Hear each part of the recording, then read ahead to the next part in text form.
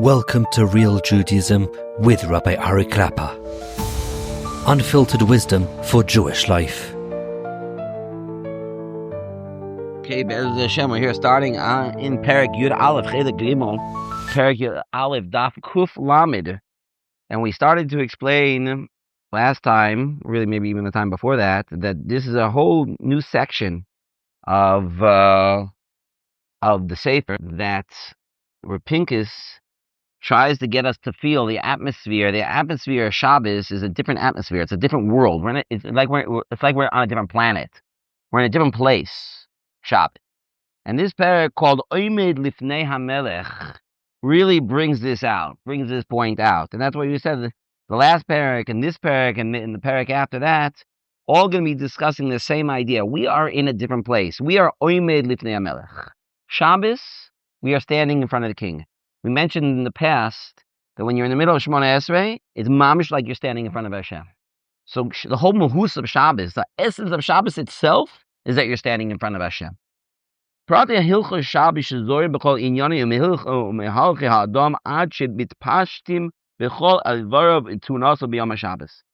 go through Hilchos Shabbos is incredibly long and complicated.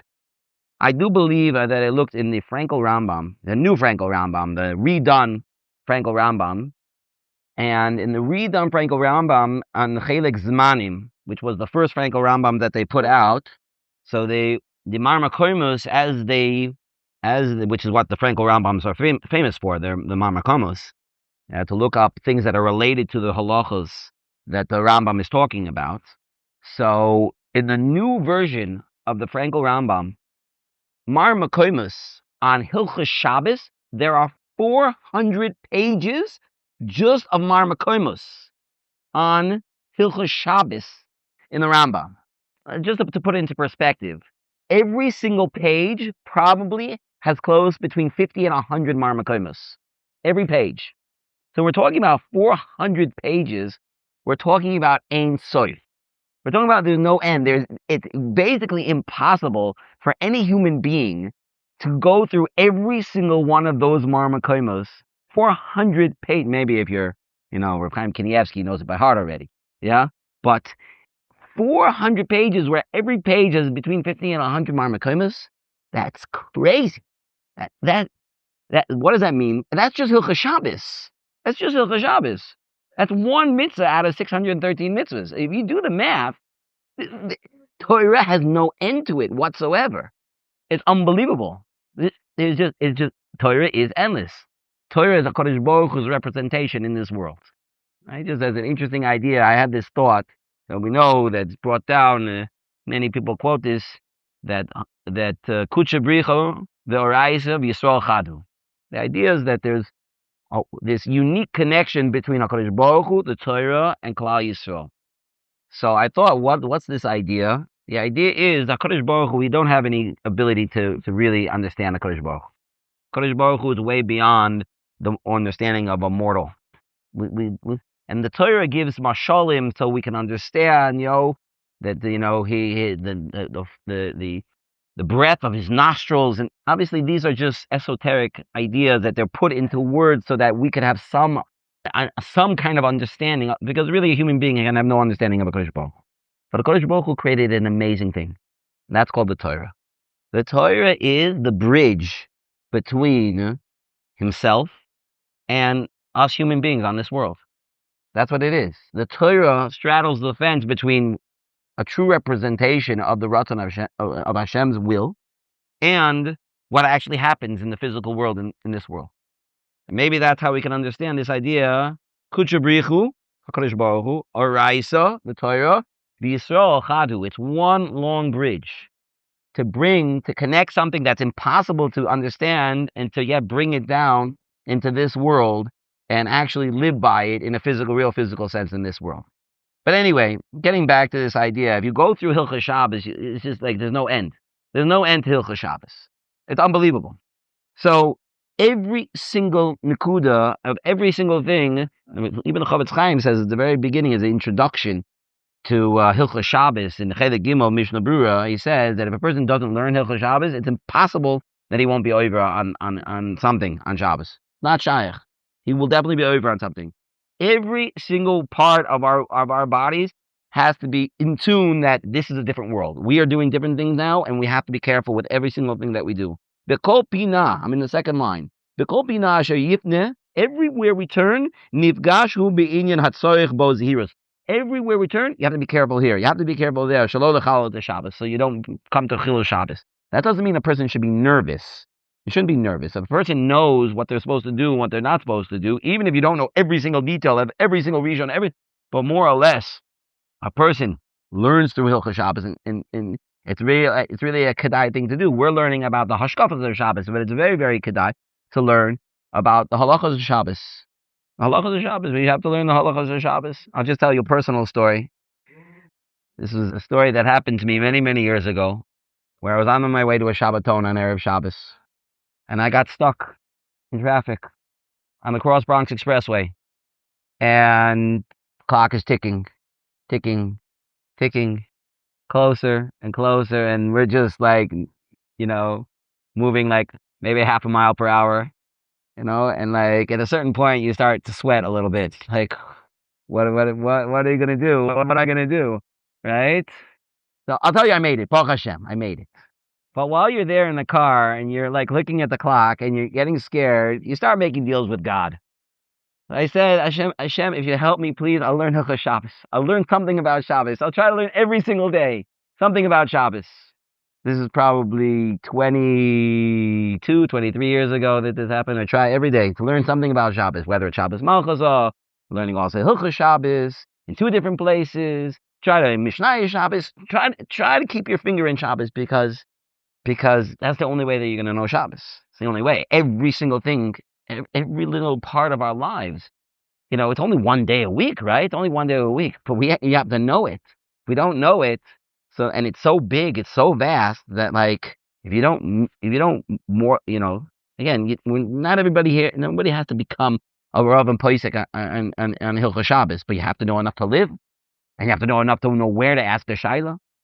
Hadover mudgash mo'oid behilchos muxa. We can feel this very much in the halachas of muxa. Ad kedei iser tiltul afilu kli shemalaftu leheter shelo letzorech. Right, the halachas of even moving things that be'etzim there's nothing wrong with moving them. A kli shemalaftu leheter, like let's say a fork, right, or a knife, something that the kli is mutter. It's mutter. The malacha is for something mutter. You're allowed to move it, but you're not allowed to move it if it's shelo letzorech. Meaning, if you don't have any purpose for moving it, you're not allowed to just stop move it. You're not allowed. You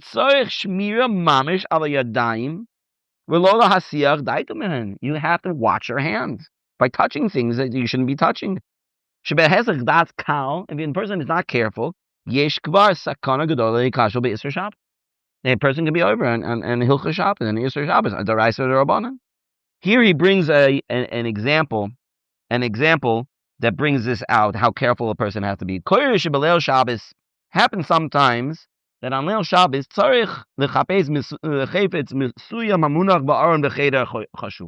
you need something from a certain drawer, a certain closet, and it's in a room that's dark.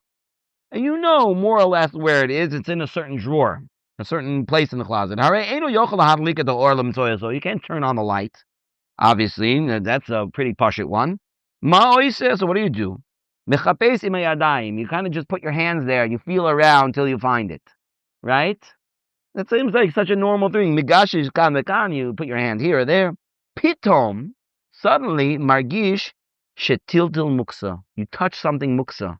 Your hand was on something because you have to feel it out in order to find the thing that you're looking for. And you realize your hand was on a camera. You didn't know that the camera was in that drawer. And put your hand there, and you can feel there's a camera there. You move your hand back as if it was bitten by a snake.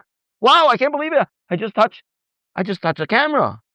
And then what's the next thing that you do after that? What's the next thing? You put your hand on the other side. And you hope there's nothing muxa on the other side. Says Rabbi Pinkus, zemamish poshe'a. This is complete negligence. B'chil Shabbos the guy sheishim hayadayim, shebeShabbos hayadayim tzricha shmir mamish. That's not how we were supposed to do it. This seems to be such a common thing, Obviously, I'm not turning on a light. How am I supposed to find whatever I'm looking for? But you're going to end up touching something you're not supposed to be touching. You end up moving something you're not supposed to be moving. How can person? This is a poshe'a. This is outright negligence. Person can't do that. V'da sheshnei inyanim heim mezid or poshe'a. This is considered to be something mezid. It's considered to be on purpose and negligent. Now, negligence and on purpose are a little bit different than each other, right? Mezid means I have intention to do something. Poshe'a means that I don't have intention necessarily to do it, but I'm negligent enough that I don't mind if I do it. I'm not trying to do it, but if it happens, I don't mind. Mezid hu misha oiseh davar isur kasher yodua b'sha ma'aseh sheza aser. I know that it is aser, and I did it anyway. That's what mezid is. That's on purpose. If somebody stumbles and does an aveira by accident because they forgot, they didn't know that the camera was there, but then it happened a second time. That's not called on purpose if it happened a second time. That is called negligent. After you already saw that you fell once. Then you should have been more careful the second time. Right? There's a saying in English: fool me once, shame on you. Fool me twice, shame on me. I should have been more careful. Well, I already know that this is going to happen. I should have been more careful. Hadavar muvur b'Maseches Beitza. This is clear of the Gemara in Beitza. This is an amazing halacha. Maseches Beitza. It's actually very well known, this halacha. Oh, Meir. Baruch Hashem. We were zeicha to have Meir here. Baruch Hashem. Next week, Odi Sham Bari Yehuda. Bez Hashem. Hung up the actual plate? Yeah, I asked the Rav maybe. Asked the Rav where to hang it up. No, I hung on. You hung it. Beautiful. Beautiful. It's a magnet. Beautiful. Beautiful. We're glad to have you for the last week. Not to say you can come back after, but we don't expect you next week. Anyway, Hadavar Mavur, this idea, getting back inside, this idea of the second time, if you mess up a second time, that you're in a little bit of trouble. We're here on the bottom of the Daf Kuf Lamed and the fourth line from the bottom. Is brought out in a halach Maseches Beitza. Maybe this halach is actually well known. Being in Eruv Tavshilin, with regards to Eruv Tavshilin. Hahu samya samia dahavi misader matnisa kamei demar Shmuel. There was a certain person that Chazi davi otziv. There was a certain man who was learning in front of Shmuel, and Shmuel saw that he was sad. Amalei, amai ativas. Why were you saying? He asked him, why are you sad? Amalei delo osiv Eruv Tavshilin. He said he forgot to make an Eruv Tavshilin. He forgot it was Yontif. It was Yontif already. We make an Eruv Tavshilin from Shabbos to Yontif, so Yontif comes first. So it was already Yontif, and he forgot to make an Eruv Tavshilin. An Eruv Tavshilin matters a person to, depending on what he used, but usually it's at least to light candles and to cook and to bake and to do things on Yontif for Shabbos. And you need to make the Eruv Tavshilin in order to do that. If you don't make an Eruv Tavshilin, then you can't. So he was upset. He was sad. I forgot to do it. So Shmuel said to him, Amalei samuch adidi. You can rely on mine. This is halacha that usually the Rav of the shul or the Rav of the town makes an Eruv Tavshilin for the entire shul or the town. Lishana, a year later, Chazia dahavi otziv. Again, Shmuel saw this man and saw again that he was upset. Amalei amai ativas, and again he asked, "Why are you upset?" Amalei delo osvi Eruv Tavshilin. Again, a year later, he forgot again to do the Eruv Tavshilin. Amalei poshe'a, you are a negligent person. Lekule alma shari liditcha aser. Everyone agrees that you cannot rely on my Eruv Tavshilin for you anymore. That's the halacha. The halacha is, if you forget one time, you can rely on the Rav, whoever made it. 2 times, forget it. You can't. Mifarish Rashi, right? In your life? It sounds like it's 2 times in your life. Yeah. Bro. What? Bro. Because here, he uses the learn shana, a year later. Maybe there was no Eruv Tavshilin. I don't know. You know what? Halacha l'maisa, go to your Rav. But it's much better, don't forget. Before is Rashi. Rashi explains, she'ein daiti al hamezidin v'hapoishim she'ein acharedim l'direi chachamim. Adkan. I did not have, Shmuel says, I did not have kavona to be yoitze, the people who are mazid or poshe'a, that either they were on purposely didn't do an Eruv Tavshilin, or they were negligent and did not properly fear the words of our chachamim. Meaning, Shmuel did not make the Eruv Tavshilin for this person. That's why he can't rely on it. The first time, it was a mistake. He made a mistake. Maybe over here in Mashma, it's only the next year. If it happens again a year later, even if, again, because he forgot. He didn't do it on purpose. That's already called a poshe'a. V'nikra eino chored l'dvarei chachamim. It means that he doesn't fear the words of Chazal. It means this is not just about forgetting. This is an attitude. The attitude is it's not important enough to remember. That means you do not fear the words of Chazal, and then we can't be yotzi with you. We yotzi you with this halacha. If that's true over there, so too with us. If a person touches something, and he doesn't think, wait a second, maybe I might touch something muxa. If he already did, he did it. The first time he didn't think, maybe I'm gonna touch muxa, and he did, and he doesn't take that into account the second time. Even if he might not be called that he purposely did it, poshe'a mikri. That is called being a poshe'a. And he's going to bring a few more examples over here. There are a few more examples that maybe are common to some people.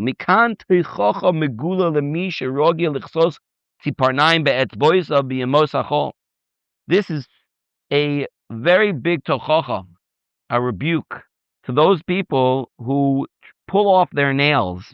Maybe they bite their nails or they pull off their nails during the week. Umachmas hergil, and because they're so used to doing that, that is shezeh chilul Shabbos gomor. That is in iser chiv daraisa, the chiv iser of goizes. Mitnatel shemachmas hergil, and they say, but it's not really my fault. I just like, it's a habit. It's a habit that I have, a nervous habit I have, and I don't even think about it. Kvar eino mavchin v'havi b'shikko b'shoigig. They don't understand, and they say I did it by accident. I didn't mean to do it. I forgot. It's just a bad habit. I just do it without thinking about it. My hands just moved. But if you do that a second time, it's poshe'a. It's not called on purpose. But person's not being careful. If your person knows that this is difficult for him, then he knows he has to be more careful about it. And if he's not being careful about it, then that's called a poshe'a. He knows that he has this problem. That means he needs to do more. We're going to see later on the idea behind this is exactly the same thing that we were brought up last week. And that is, you have to remember, you're standing in front of the king.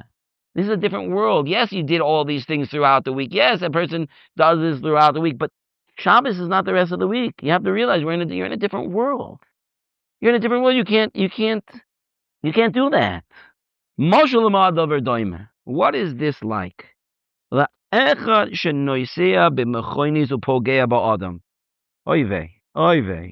Person is driving a car and he hits somebody.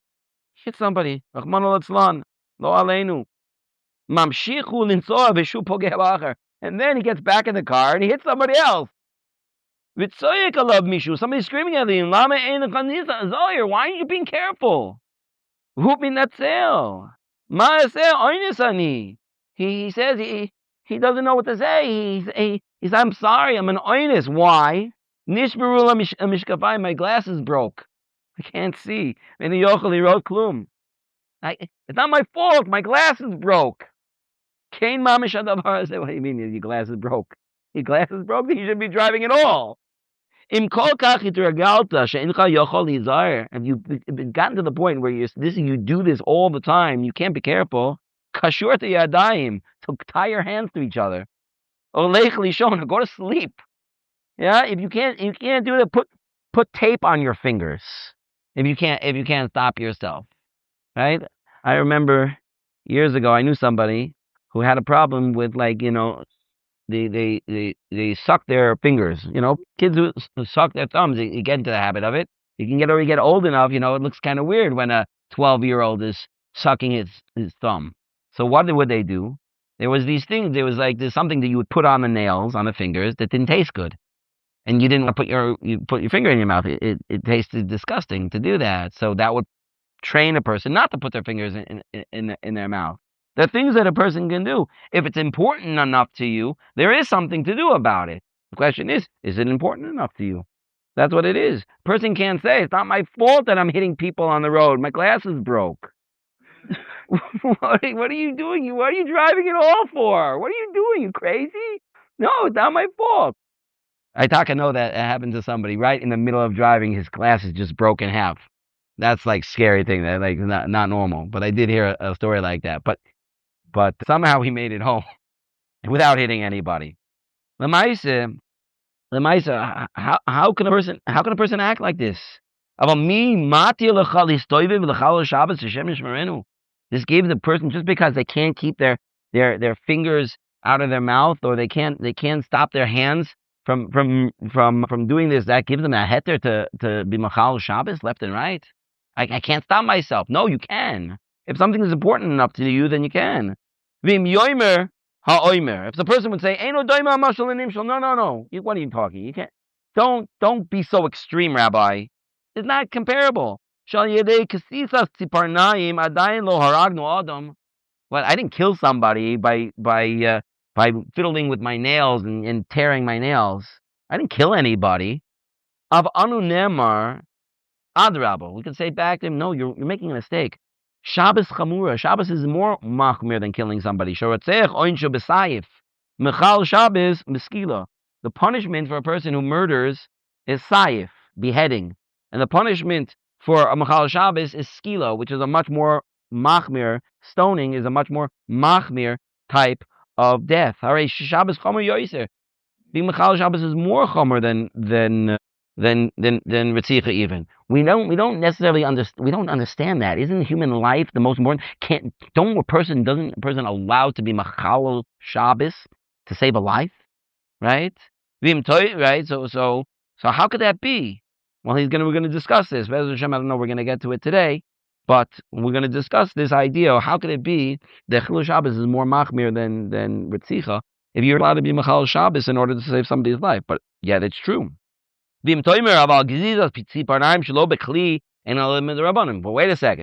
wait a second, Rabbi, this is not even a deraisa, it's only a derabanan, because only if you use a utensil like a nail cutter or scissors, that's where there's an isser deraisa. But if you just use your fingers, that's only an isser derabanan. So how can you say that it's worse? Ein zetaina, that's wrong. With regards to the embarrassment over Shabbos, many times the Rabbanans are more machmir than daraisas. K'moshe Kasa Rabbeinu Yonah b'Shari Tshuva. Rabbeinu Yonah says this, explains this in Shari Tshuva, that the Rabbanans are more machmir than the daraisas in many situations. So don't tell me that, it's only a darabanan, it's only a darabanan. Adrabah, when a person says it's only a darabanan, it's a zilzul in the Talmidei Chachamim. That's what it is. It's only a darabanan. No, we take the Rabbanan seriously as well. Right? Sometimes when I'm teaching guys, and they say this is daraisa or darabanan, I say, why does it make a difference? Sometimes halachically it will make a difference. But why are you asking whether it makes a difference? We have to keep the darabanan just as much as we have to keep the daraisas. We have to treat them with the same seriousness. This is the lashon of Rabbeinu Yonah in the beginning of Shar Gimel, of Shar Tshuva. V'ata halol lecha ledat, you should know. Why the person is over on a divrei chachamim is chayiv misa. Yoiser chamur min ha'over al mitzvah saseh v'al mitzvahs lo yisaseh. Well, it depends what the divrei chachamim is, but let's see. How could it be that it's more machmir than being over on mitzvah saseh or mitzvahs lo saseh, which don't necessarily have a chayiv misa? For example, a person doesn't shake lulav on Sukkot, or a person doesn't eat matzah on Pesach. So he's over on mitzvah saseh. What's the punishment for that? In this world, not such a big punishment. Right? Maybe you chayv a korban oila, right, to get kapara. And if a person is over on a lav, generally the losas says, unless it says it specifically, either it has fee of malchus, or some lavim, if they're specific like stealing, so you just have to return what you stole. Right? If you get caught and you're a ganav, you have to pay kefil maybe, but no, you don't get lashes for that. But that's an iser daraisa. This is the explanation, says Rabbeinu Yonah. Ki ha'oived al divrei chachamim asher malu libo la'asois kein, ki tikel mitzvoisam be'einav lo mitgaber yitzur alav. When a person is over on a divrei chachamim, he's over on a din derabanan, and he doesn't take it so seriously. He doesn't look at the din derabanan so seriously. It's not so important to him, right? It's not the Yetzer Hara overcame him. It's not like the Yetzer Hara overcame him. He just doesn't look at it like it's an important thing. Aber kitichiena eina mir'ois or divreihem, v'lo yahalech linoiga hamuna, v'lo mashach ba'ol gezeirosam, v'lo yitruach lekai mamarim, ki lo nichta b'sefer Torah, v'lo nihag kederech ha'oiver, al divrei ha'Torah, asher nifshu mara lo, v'nakot b'fanav, v'yira v'yetzer lo, ki yasil yitzur lichdoi. Right? He says when a person doesn't really take the time to think about it, he doesn't have enough amunas chachamim, he doesn't work hard to be mekayim the words of the chachamim because they're not written in the Torah. So he doesn't treat the words of the chachamim in the same way he would treat the words of the Torah, and he doesn't fear the words of the chachamim. Al kein mishpat movet yeli ish. Then that person really deserves a chiyamisa, says Rabbeinu Yonah. Ki hipil davar echad mikol divrei matoivim, because he's throwing out something that it says in the Torah. V'huka oimen nitzatka et mosrosemo, v'doimer l'masha kasu be'inyan zakin mamre et pi chachamim. A person like this is like a zakin mamre. A zakin mamre is a person who's a great gadol, but he decides, I'm not going to listen to the Sanhedrin. Is a person who is very, very great, but he says the Sanhedrin is wrong and I'm right. He's not listening to the Chamim. And the din of a Zakin Mamre, it's a unique din. It's Chayiv Misa. It's Chayiv Misa for not listening to the Divrei Chachamim. Va'isha sheyaseh bezadon lebitib shemoa et hakoyen. A person who doesn't listen to the leaders of that time is Chayiv Misa. Va'ashonis ki ha'isha hu rachok min hatshuva. Ashenis, the second reason, first of all, he's being mavazed Talmidei Chachamim, and he's being oiker davar min haTorah, that the Torah is telling us we have to listen to the Chachamim. Listening to the Chachamim is a din daraisa, and in the case of Zakin Mamri, for not listening to the Chachamim, you're actually chayav misa for that. That's reason number one. And reason number two, ki ha'isha hu rachok min hatshuva. This person is very, very far from doing tshuva. Achrei asher eina davar chamor alav ki yishna ba'olusu tamid. He's going to continue doing the same Aveira again and again because he doesn't take it seriously. When there's something in the Torah that we just don't take seriously, it's very, very easy not only to be over on it, you don't even think about it twice anymore. It just becomes part of what you do. If something is not serious to you, then you're just going to keep being over on the same Aveira. A person like that is very, very far from tshuva.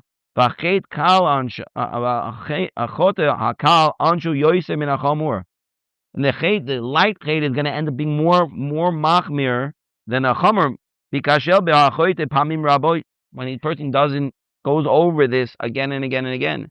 Any person who doesn't take any specific mitzvah, whether it's daraisa or derabanan seriously, is going to end up doing the aveira many, many, many times with no remorse whatsoever, no thoughts of tshuva whatsoever, because it's not wrong. It's okay. I'm allowed to do it. Somebody is mevazid the words of the Talmidei Chachamim. He doesn't take even one derabanan. He doesn't take it seriously. He's going to be over that avera again and again and again. These are the words of Rabbeinu Yonah. Ubeinyan gezizas milmule or yesh bazeh oifed shitachin shu iser daraisa. There are going to be situations la halacha that if a person pulls off a little piece of hanging skin or something like that off his fingers, he might even be over an iser daraisa. Like he brings down in the Bir Halacha and Simin Shin Men Sif Beis. V'zel da oid. This is a quote from the Mishnah Brura. V'da oid, or from the Bir Halacha. The oid lefi hamaskona sham bebechores, based on the maskona bebechores, v'davar to urchel itzlosh biyad, something that is normally pulled off by the hand. Chayav al atzlisha mishum goizes. Then you're over on the malacha of goizes for that. In kein kishesh ezet tzitzin midul dolim al svasav. If you have a little hanging skin, sometimes during the winter, maybe you'll have, or it could be in the summer too, you have a little bit of hanging skin on your lips. V'lo pirshu ruban, and it hasn't been separated. Mostly, efshir the chiyuv chatas. A person is chayav chatas for doing that. Hatoilish oisan afilu biyodo, even if he does it with his hands. The derech litzlosh otam sham biyad v'lo bekli. If that's the malkum the derech to do it, then it will be an iser deraisa. If he did it by shogi, he's chayav a korban chatas. It's very serious. It's very, very serious things. It's very the ma'isa. The idea. We're gonna stop over here, but he's gonna bring this out more. What's going on over here in the next section of this parak? Well, lifnei haMelech.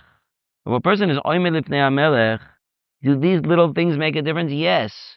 When the king is coming and he's checking his security detail, the honor guards. So if there's one button that's not shined up, that's it. That soldier can go for death. Even the smallest thing. You understand? We are standing from the king. So if a person made a mistake. Okay, you made a mistake, you didn't realize. But there's levels of mistakes. And Rahman al-Islam, a person can get to a point where he just doesn't take it seriously anymore.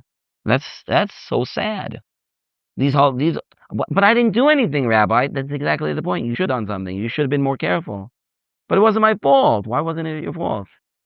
Because you didn't know the halacha? Right? They say that lack of knowledge of the law is not a defense. Right? If you didn't know the law, well, that's too bad on you. You should have known the law.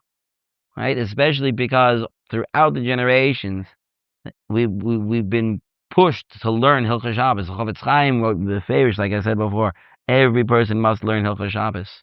It is such an essential part of life. It is so big. It's such a big thing that every person has to do it. You know what? If people can't learn the Mishnah Berurah, there are plenty of Kitzer Svarim. In both, in Orach Shabbos in Hebrew, right? Rabbi Ribiat has 4 volumes, right? Very easy. A new svarim coming out all the time in English and Hebrew and probably in every other language also. Spanish and French and Russian and Ukrainian and whatever. They're probably in every language they have, right? And they're very, very practical. Every person can learn. And a person can't say it's too hard. It's not too hard. Not too hard to learn Hilchos Shabbos, a little bit a day. But it's 400 pages of Mar Mekoimos, Rabbi. How is a person ever going to get through that? It's true. There are 400 pages of Mar Mekoimos. But you know what? If you need to know basic halacha, you can learn the basic halacha and you'll know what to do. You'll know how to live. And you can learn a little bit a day. Like Meir just said, 3 minutes a day. And you'll know Hilchos Shabbos within a very short span of time. Just enough to live. And enough to ask a shaila when something comes up. And that's what we have to do. That's our obligation. Okay, shkoach.